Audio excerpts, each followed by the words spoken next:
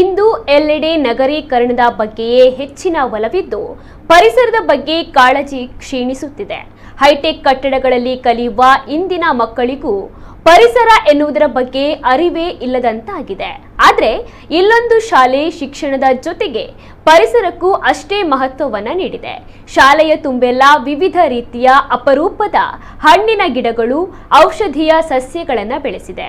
ಈ ಶಾಲೆಯ ಪರಿಸರ ಕಾಳಜಿಗೆ 5 ಬಾರಿ ಹಸಿರು ಶಾಲೆ ಎನ್ನುವ ಪ್ರಶಸ್ತಿಯ ಗರಿಯನ್ನು ಕೂಡ ಮುಡಿಗೇರಿಸಿಕೊಂಡಿದೆ. ಆಧುನಿಕತೆ ನಗರೀಕರಣಕ್ಕೆ ಒಗ್ಗಿಕೊಂಡಿರುವ ಇಂದಿನ ತಲೆಮಾರಿನ ಯುವ ಪೀಳಿಗೆಯಲ್ಲಿ ಪರಿಸರದ ಬಗ್ಗೆ ಕಾಳಜಿಯೇ ಕಡಿಮೆಯಾದಂತಿದೆ. ನಗರ ಸೇರಿದಂತೆ ಗ್ರಾಮೀಣ ಪ್ರದೇಶದಲ್ಲೂ ಇದೀಗ ಆಧುನಿಕ ಕಟ್ಟಡಗಳಲ್ಲೇ ವಿದ್ಯಾಭ್ಯಾಸ ಮಾಡುತ್ತಿರುವ ಮಕ್ಕಳಿಗೂ ಪರಿಸರದ ಬಗ್ಗೆ ಅರಿವೇ ಇಲ್ಲದಂತಹ ಸ್ಥಿತಿ ಇದೆ.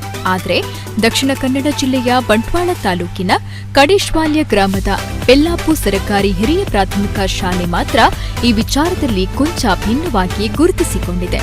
ಮಕ್ಕಳಿಗೆ ಎಳವೆಯಿಂದಲೇ ಪರಿಸರದ ಬಗ್ಗೆ ಕಾಳಜಿ ಮೂಡಬೇಕು ಎನ್ನುವ ಸದುದ್ದೇಶದಿಂದ ಈ ಶಾಲೆಯನ್ನ ಪರಿಸರ ಸ್ನೇಹಿ ಶಾಲೆಯಾಗಿ ರೂಪಿಸಲಾಗಿದೆ.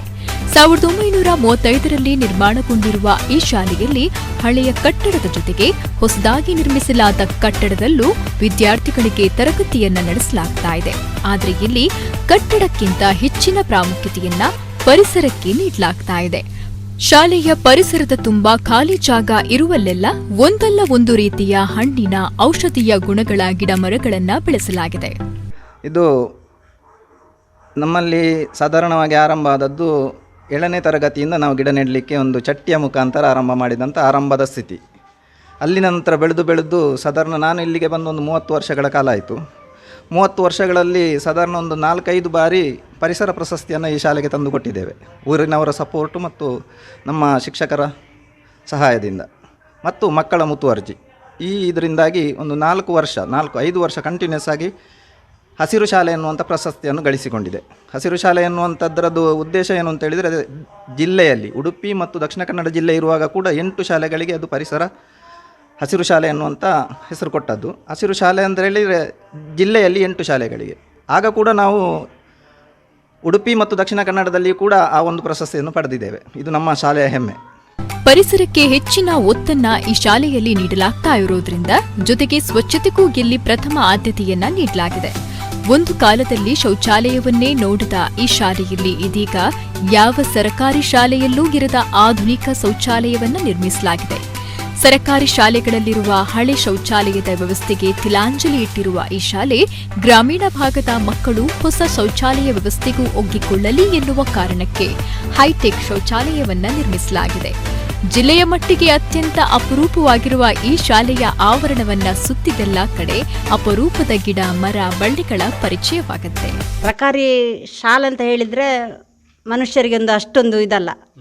ಎಲ್ಲರೂ ಖಾಸಗಿ ಶಾಲೆಗೆ ಕಲಿಸುವಂತಹ ಒಂದು ವ್ಯವಸ್ಥೆಯನ್ನು ಈಗ ಪೋಷಕರು ಮಾಡ್ತಾಯಿದ್ರು.